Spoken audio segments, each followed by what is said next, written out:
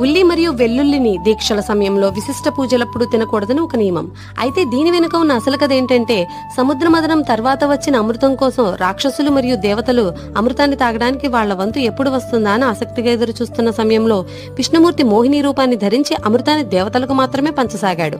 అప్పుడు స్వర్భానుడు అనే రాక్షసుడు దేవతలాగా వేషం వేసుకుని అమృతాన్ని తాగాడు. సూర్యచంద్రులు దీన్ని గమనించి ఈ విషయాన్ని మోహినికి చెప్పారు.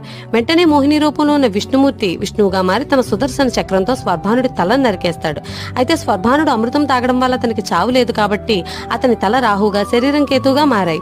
అయితే రాహు తెగిపోయిన గొంతు నుంచి భూమిపై పడిన అమృతపు చుక్కలు ఉల్లి మరియు వెల్లుల్లి మొక్కలుగా భూమిపై ఉద్భవించాయి. ఇవి రెండు అమృతం నుంచి పుట్టినవి కాబట్టి వీటితో అనేక ఆరోగ్య ప్రయోజనాలున్నాయి.